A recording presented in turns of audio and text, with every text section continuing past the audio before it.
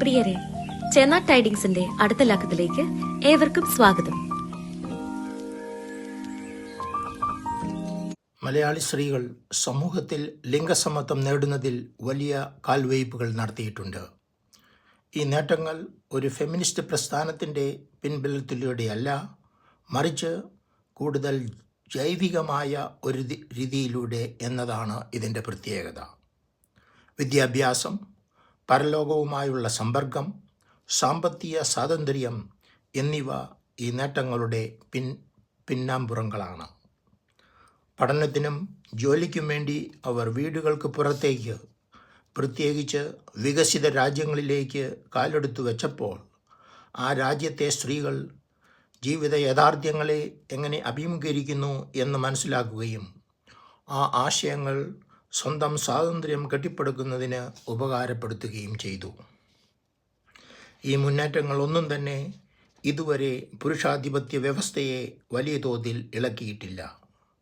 എന്നിരുന്നാലും പലരും വിവാഹ ജീവിതത്തിലെ പുരുഷാധിപത്യത്തെ വെല്ലുവിളിക്കാൻ തുടങ്ങിയിരിക്കുന്നു. ഭാര്യമാരോടൊപ്പം പടിഞ്ഞാറോട്ട് കുടിയേറിയ പുരുഷന്മാർക്ക് ഈ മാറ്റം വളരെ നല്ലതുപോലെ അറിയാം. പുരുഷാധിപത്യം ശൂന്യതയിൽ നിലനിൽക്കുന്ന ഒന്നല്ല. പരമ്പരാഗത ലിംഗപരമായ റോളുകൾ ശക്തിപ്പെടുത്തുന്നതിലുള്ള വഴികൾ കണ്ടെത്തുന്ന മത സാമുദായിക നേതാക്കൾ ഇത് ഉയർത്തിപ്പിടിക്കുന്നു.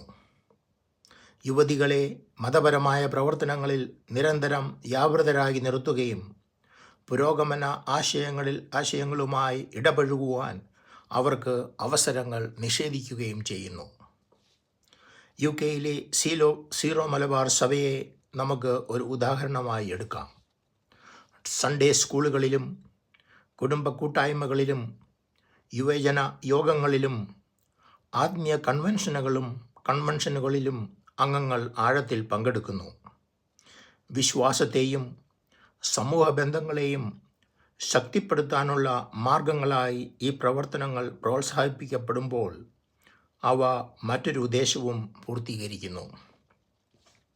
പുരുഷാധിപത്യത്തെ വെല്ലുവിളിക്കുന്ന ആശയങ്ങളിൽ നിന്ന് ശ്രദ്ധ തിരിക്കുന്നു. മുന്നോട്ടു പോകാൻ ധൈര്യപ്പെടാൻ കഴിവുള്ള സ്ത്രീകളെ കടിഞ്ഞാണിട്ട് നിർത്താൻ ഈ സംവിധാനം വളരെ ഫലപ്രദമാണ്. സ്ത്രീകളുടെ ശരിയായ സ്ഥലം വീട്ടിലാണെന്നും കുട്ടികളെ ക്രിസ്തീയ മൂല്യങ്ങളിൽ വളർത്തുക അവരുടെ ഉത്തരവാദിത്തമാണെന്നും കാലങ്ങളായി നമ്മുടെ മത പുരോഹിതന്മാർ പ്രസംഗിച്ചു വരുന്നു. ഇപ്പോൾ ഈ സന്ദേശം നമ്മുടെ സ്ത്രീകരണ മുറികളിൽ എത്തിക്കുവാൻ ഒരുപറ്റം മലയാളി പ്രവാസികൾ മുന്നോട്ട് വന്നിരിക്കുന്നു. 14 പ്രവാസി പുരുഷന്മാരും ഒരു സ്ത്രീയും ചേർന്ന് 4 കോടി രൂപ മുടക്കി സ്വർഗം എന്ന സിനിമ നിർമ്മിച്ച് തന്മയത്തോടുകൂടി വൈദികർ മുന്നോട്ട് വച്ചിരുന്ന ആശയം നമ്മിലെത്തിക്കുവാൻ ശ്രമിക്കുന്നു. സീറോ മലബാർ സഭയുടെ അനുഗ്രഹാശിസ്സുകളിലൂടെ പാലായുടെ പ്രാന്തപ്രദേശങ്ങളിൽ ചിത്രീകരിച്ച ഈ സിനിമ നമ്മെ 2 കുടുംബങ്ങളെ പരിചയപ്പെടുത്തുന്നു. പാലായിൽ താമസിക്കുന്ന ഒരു മധ്യവർഗ കർഷക കുടുംബവും അവരുടെ അയൽവാസിയായ ഒരു പ്രവാസി കുടുംബവുമാണ് അവ.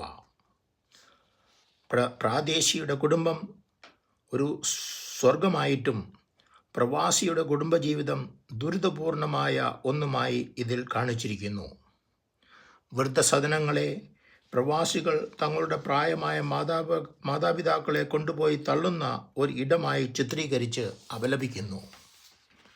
സീറോ മലബാർ സഭ വൈദികർ പല വേദികളിലും പ്രവാസികളെ അഭിമാനിക്കുവാനായി ഉപയോഗിച്ചിരുന്ന ഈ ആശയം വളരെ വിശ്വസനീയമായ രീതിയിൽ സംവിധായിക സ്വർഗത്തിൽ അവതരിപ്പിച്ചിരിക്കുന്നു.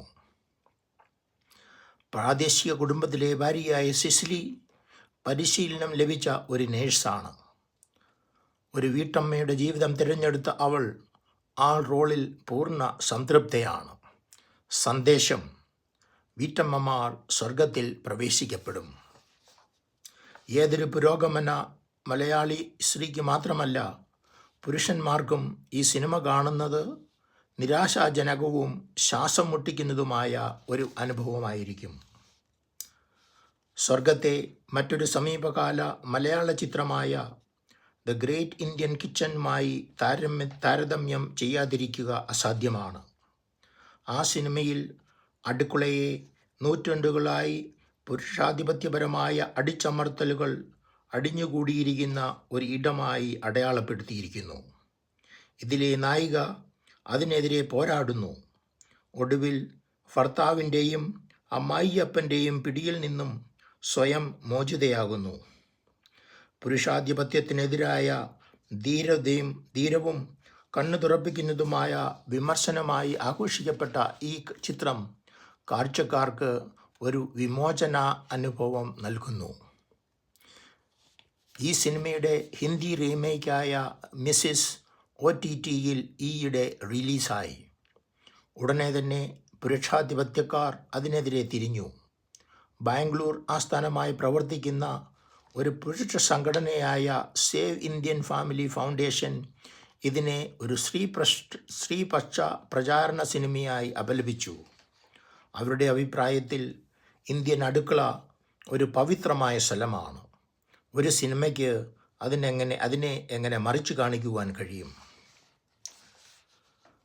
മലയാളി സ്ത്രീകൾ ഒരു സംഘടിത ഫെമിനിസ്റ്റ് പ്രസ്ഥാനത്തിന് നേതൃത്വം നൽകുന്നില്ലായിരിക്കാം. പക്ഷേ അവർ അവരുടെ ദൈനംദിന ജീവിതത്തിൽ പുരുഷാധിപത്യ മാനദണ്ഡങ്ങളെ സാവധാനം എന്നാൽ തീർച്ചയായും വെല്ലുവിളിക്കുന്നു. പ്രതിരോധം സൂക്ഷ്മമായിരിക്കാം, പക്ഷേ കാലഹരണപ്പെട്ട ലിംഗപരമായ വേഷങ്ങളിൽ പറ്റുനിൽക്കുന്നവർക്ക് ഇതിനകം തന്നെ അതിൻ്റെ ചൂട് അനുഭവപ്പെടുന്നുണ്ട്. അങ്ങനെ ചൂട് അനുഭവിച്ചവരുടെ ഒരു കൂട്ടായ്മയാണോ ഈ സിനിമയുടെ പുറകിൽ പ്രവർത്തിച്ച ആ 14 പ്രവാസികൾ എന്ന് സംശയിക്കേണ്ടിയിരിക്കുന്നു. സമൂഹത്തിൽ മാറ്റം അനിവാര്യമാണ്. ഈ നഗ്നസത്യം ഈ കൂട്ടായ്മയും മറ്റു പുരുഷാധിപത്യ വിശ്വാസികളും മനസ്സിലാക്കേണ്ടിയിരിക്കുന്നു. നിങ്ങളുടെ സ്നേഹത്തിനും സഹകരണത്തിനും നന്ദി.